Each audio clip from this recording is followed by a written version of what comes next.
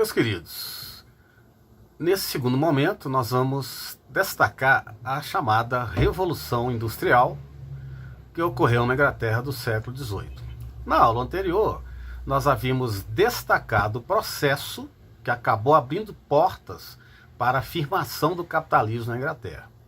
Processo esse que, ao nível político, nós chamamos de Revolução Inglesa, né? Dentro lá dos seus dois elementos, a Revolução Puritana e a Revolução Gloriosa em 1688 e 1689. Por que nós colocamos dizer? Porque nós trabalhamos com essa ideia, né? Da importância da Revolução Inglesa. Por que ela abriu portas para o capitalismo naquele país? Isto se explica pela seguinte forma, né? A Revolução Inglesa do século XVII, ela eliminou o antigo regime naquele país. E tudo que ele representava no contexto político, social e econômico. E um ponto importante, a burguesia inglesa foi a primeira a assumir o poder político na Europa. Esse é um fato extremamente importante, não se esqueçam disso. Então, a Revolução Inglesa abriu portas para a afirmação do capitalismo na Inglaterra do século XVIII. Esse processo culmina com a chamada Revolução Industrial. Um processo revolucionário, né, que gerou transformações sociais, políticas e econômicas, o advento da tecnologia. Nós vamos destacar, dentro desse processo, a utilização de máquinas, né, dentro desse contexto de produção.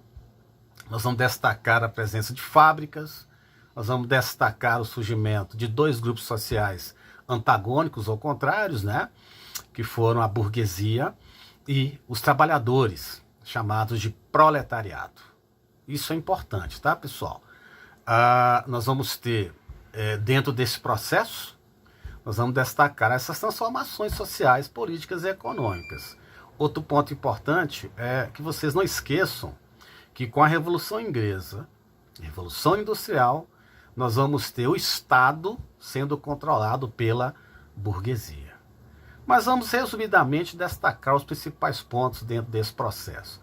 Primeiro que, basicamente até o século XVIII, pessoal, quando nós falamos em produção de bens, a produção era manual, artesanal, né, e muito baixa, né, esse sistema produtivo. A produção era muito baixa.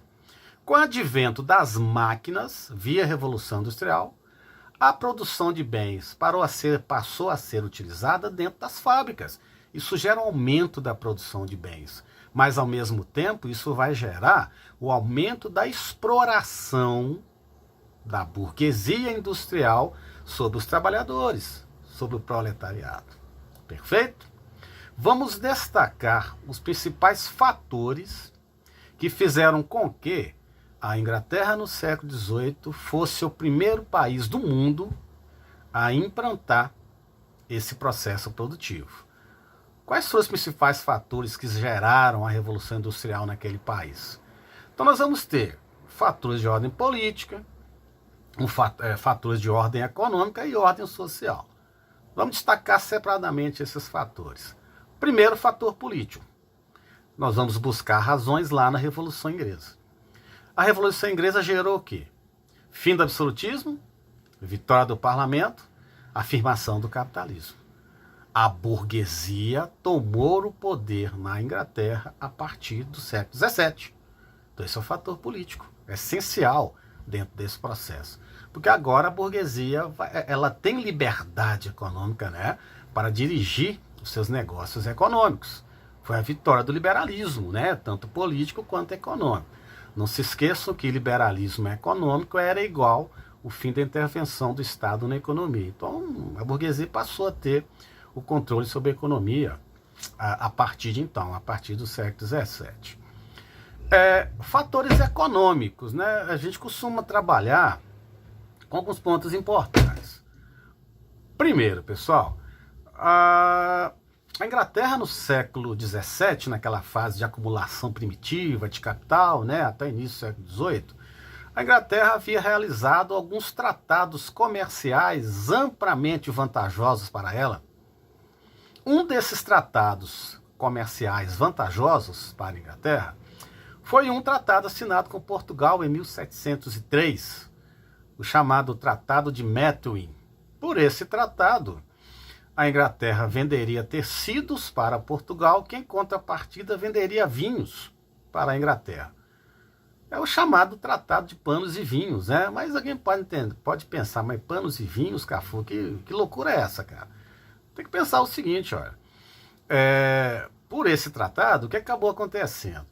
A Inglaterra vendeu muito mais tecidos para Portugal do que Portugal vendeu vinhos para a Inglaterra. Então isso quer dizer o quê? A Inglaterra acabou exportando muito e importou pouco. Então, exportação mais importação menos, quer dizer o quê? Acúmulo de capital por parte da Inglaterra. Esse tratado foi amplamente favorável à Inglaterra. Isso gerou a chamada acumulação de capital, que vai ser fundamental nesse processo de revolução industrial, né?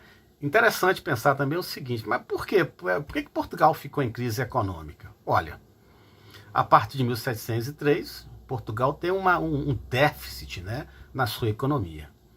E coincidentemente ou não, século XVIII, né, foi descoberto o ouro aqui no Brasil, na região das Minas Gerais, Mato Grosso e Goiás, né, a área mineradora. Mas o que acontecia? Principalmente aqui na área das minas, né? O que acontecia?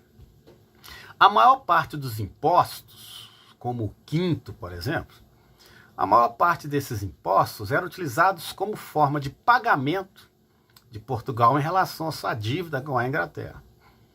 Então a gente costuma usar a seguinte expressão: o ouro brasileiro deixou buracos aqui na colônia, deixou castelos em Portugal, mas criou fábricas na Inglaterra. Resumido, vamos pensar da seguinte forma: o ouro brasileiro financiou a Revolução Industrial na Inglaterra. Tranquilo, pessoal? Então, esses dois pontos vocês não podem esquecer. O fator político, ok? Que foi o fim do absolutismo na Inglaterra via Revolução Inglesa, vitória do parlamento sobre os reis, né? Afirmação do parlamento sobre o absolutismo, ok? A questão econômica, a Inglaterra foi um país que saiu na frente nessa fase de acumulação de capitais, podendo destacar esses tratados vantajosos, perfeito? Esses dois pontos são importantes. Lógico também que tem a questão da ciência, né? O século XVII e XVIII na Inglaterra é marcado aí por inovações tecnológicas, né? Lembrando que a primeira indústria que surgiu naquele país foi a indústria têxtil, né? A indústria de tecidos, utilizando máquinas a vapor. Tem um contexto interessante aí dessa primeira fase da chamada Revolução Industrial. Primeira fase é essa que vai ser dominada pela Inglaterra, né? Essa fase vai aí de 1760 até 1860, 1870, quando nós já entraremos na segunda Revolução Industrial. Mas durante toda a primeira fase, 1760 até 1860 e 70, a Inglaterra basicamente ela dominou o contexto industrial. A gente costuma dizer que ela foi a maior fábrica do mundo, né? E vai se impor, né, economicamente, não só na Europa, mas a buscar mercados também aqui na América. Ok, pessoal? Outro ponto importante para a gente destacar é pensando muito nas consequências sociais desse processo. Então já destaquei para vocês. A Revolução Industrial, ela gerou, no contexto social, o aumento da exploração da burguesia industrial, essa exploração econômica, né, da burguesia industrial sobre os trabalhadores, sobre o proletariado. Isso gerou essa disputa aí de classes sociais, né? Gerou essa disputa, porque vai chegar um momento que os trabalhadores, né, eles vão se revoltar contra esse contexto de exploração aí, né, implementado pela burguesia. Perfeito, pessoal? E vamos destacar também as péssimas condições de trabalho, né?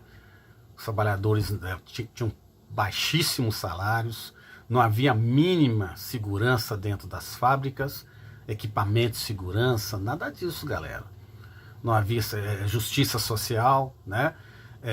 Não havia uma regulamentação de horas trabalhadas, não havia leis trabalhistas.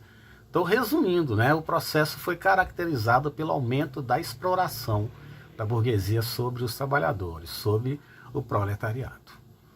Né? Então, esses são os principais tópicos, né, um resumo daquilo que vocês precisam de fato saber sobre a Revolução Industrial. Um grande abraço, um grande abraço. Posteriormente eu vou enviar o material para vocês estarem fazendo aí uma pesquisa, tá bom? Um grande abraço para todos, fique com Deus.